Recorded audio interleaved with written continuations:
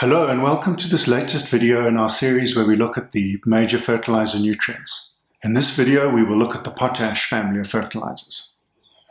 I am Andrew Prince from F-Cove Agri. The potash fertilizers are made up of products such as potassium chloride, also known as MOP, potassium sulphate, also known as SOP, and potassium nitrate, or NOP. All of that's quite a mouthful. We can summarize this as a family of products that are all derived from potassium salts in some shape or form. They're mostly produced from either underground mines or the evaporation of salt brines, such as in the Dead Sea.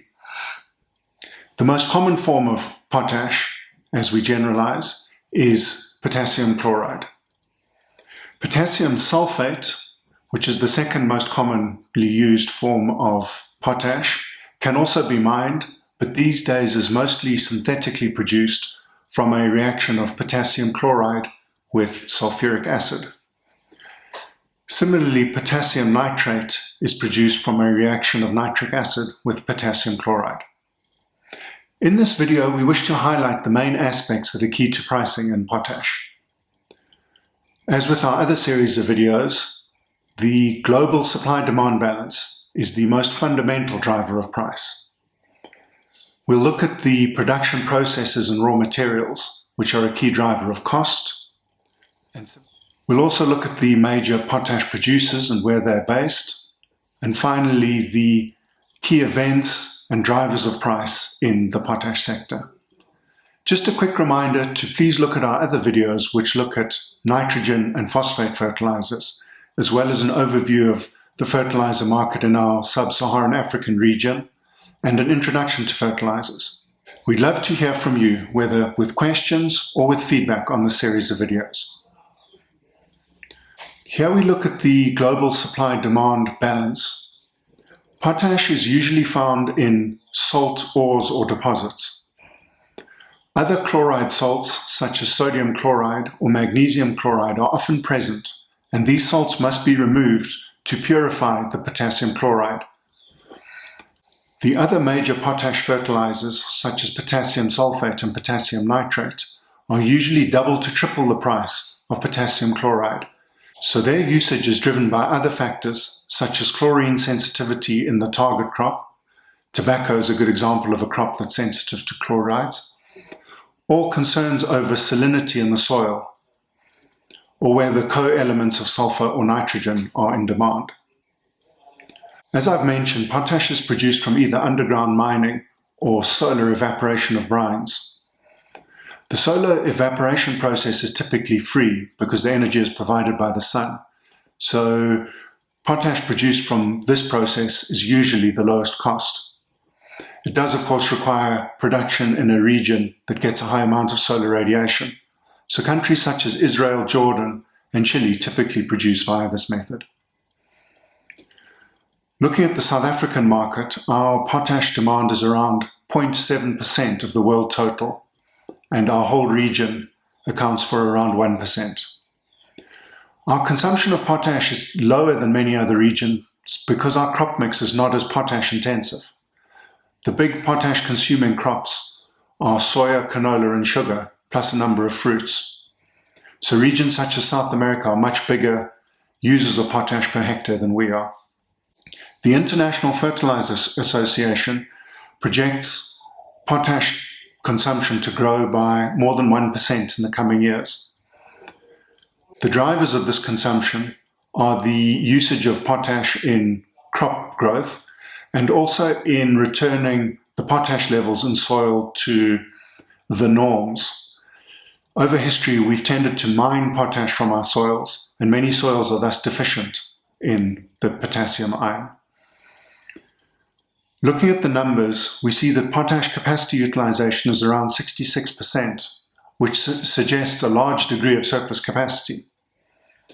It's not as simple as this, because restarting a mine or bringing an evaporation pan into production is not something that is done at short notice. Mines may well be mothballed during periods of low potash prices because their production costs are uneconomical. So this capacity technically still exists, but is not actively supplying the market which is why we see this low capacity utilization figure. On the global map, I've highlighted the major production centers. The yellow circles show countries that are net importers, even though they have some local production. They need to import to meet their full demand. The blue circles represent regions that produce surpluses and are thus the major exporters of potash to the world market. Potash production depends on access to the raw brine or ore, so all potash producers are integrated into their raw material. Because economically viable potash bodies are not widely distributed across the globe, we find that potash production is very concentrated in a few countries, much more so than other nutrients. The largest potash producer owns almost 20% of the world's capacity, and there are only 10 countries that are significant potash producers. When we compare that to urea, we see that there are 65 countries that are significant urea producers, so the supply of potash is much more tightly controlled. Russia and Canada are the largest producers with more than 60% of global capacity between them. Almost 80% of all potash that is produced is traded via deep sea, as countries without domestic production must import their potash needs. This concentration of supply has meant that potash prices have tended to be much less volatile than with other nutrients, because producers are able to balance their production with demand. Another factor that further reduces volatility has been the buying practices of India and China, who are two of the major importers. These countries conduct annual tenders for potash, where the price is negotiated between the producers and those two countries and then fixed for the year.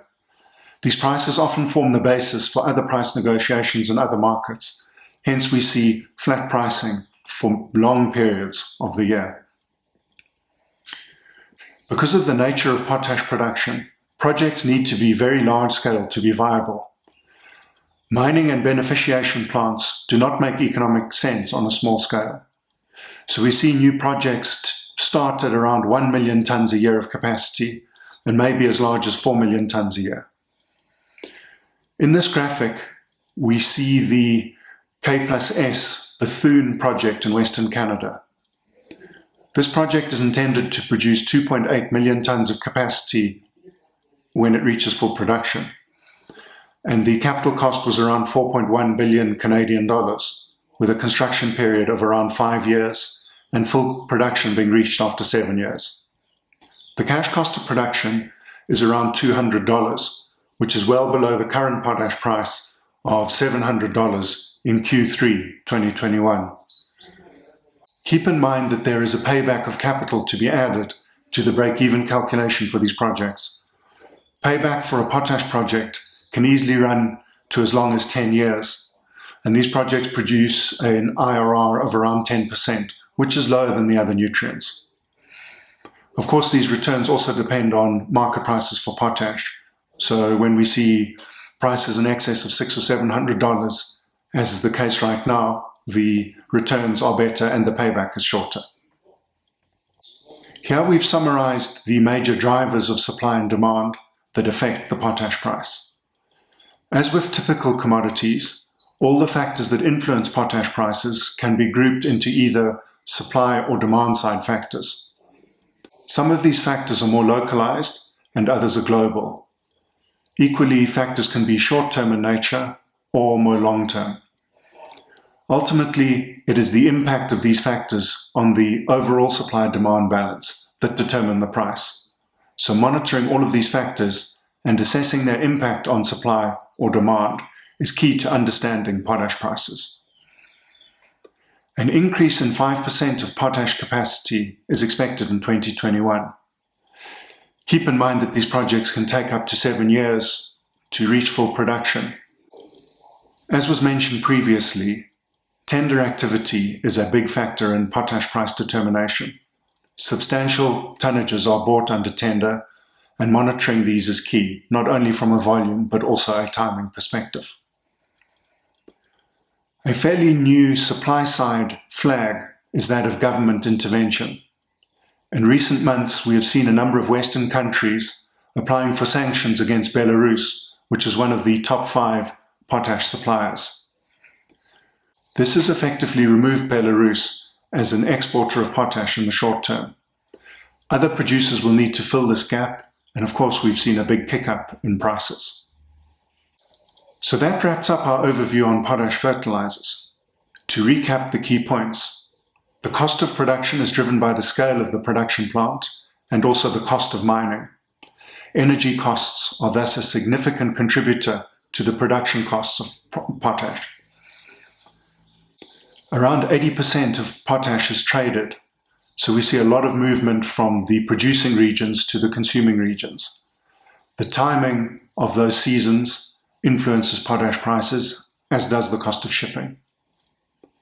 At F-Curve Agri, we monitor these supply and demand factors that shape potash price trends to try and keep you informed of possible changes to pricing in the sub-Saharan African region.